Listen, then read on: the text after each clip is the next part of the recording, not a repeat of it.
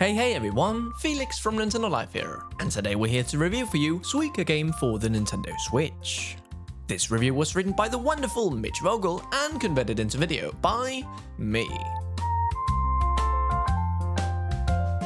So, a couple of years ago, a Japanese company called Aladdin X released a digital projector and it included a fun little fruit game called Suika game as part of its software. Suika game was so well received by people who brought the projector that the company decided to port a version of it to the Switch, but the game launched there to almost no audience response. Then, 2 years later, it randomly became a viral sensation in Japan after a few streamers made it popular, and now it's quickly made its way to the eShop outside of Japan, and while it's admittedly very basic, it's hard to say that Suika game lacks appeal. You drop fruit onto a board with the goal of getting matching fruits to touch so they fuse together into bigger fruit, granting you extra points. But the tough part comes in the way that the fruits don't neatly stack on each other.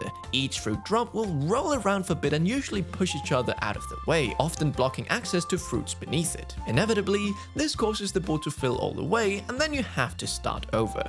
It's an incredibly simple yet addictive gameplay setup. There's something quite relaxing and mildly strategic about taking your time to plan out your fruit drops, and it can be quite thrilling when your fruit further down on the board fuses and sets off a chain reaction that travels all the way back to the top. Over time, you get a sense of how to better optimize your placement, and it's extremely tough to resist trying one more time when you go over the top yet again.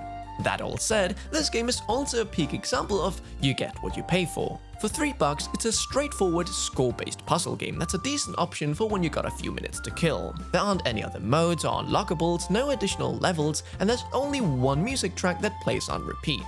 The highly replayable gameplay still makes this one last for a decent amount of time, but this is about as simplistic and bare bones as a puzzle game can get. There's nothing wrong with that, of course, but those looking for more meat may want to go for something like Baba Is You, one of the numerous Picross games, or just another Switch puzzler. For its presentation, this game uses a cutesy art style characterized by bright colors and happy little faces on all the fruits that you drop in. They don't leave a huge impression, but the visuals at least help to keep repeated attempts pleasant. And though that one music track can get a little grating over longer play sessions, it helps to add to that cuddly vibe the developers were clearly shooting for.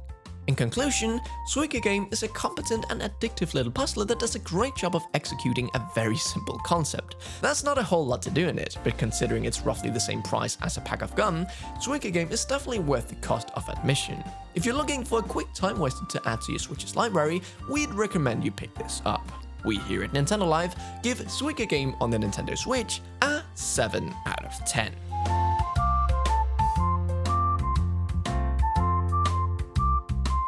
And now with the review done, it's time for Felix's personal thoughts. So I actually quite enjoyed this game. It was fun, quick, and very addictive. The way the fruits mash together into bigger fruits and just keep going, it's just incredibly satisfying to pull off.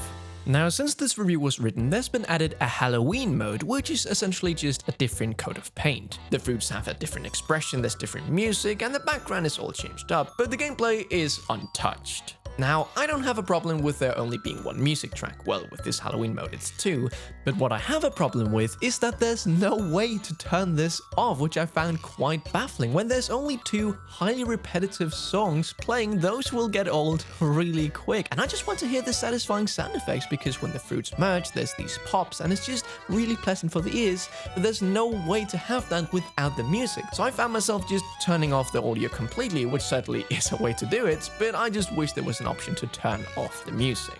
But other than that, I was just really surprised of how fun I had with this game. The gameplay is fluid, the physics are really fun and makes for a challenging experience, and the game is so cheap, like I could just buy this with some gold points I had saved up, and now I have a brilliant little puzzler that I can just take with me on the go, and if I have a few minutes to kill, well, this will definitely be a contender of my time. But are you all picking this game up? Well, let us know down in the comments below, and don't forget to check out our website nintendolive.com for all sorts of reviews like these, but in written form.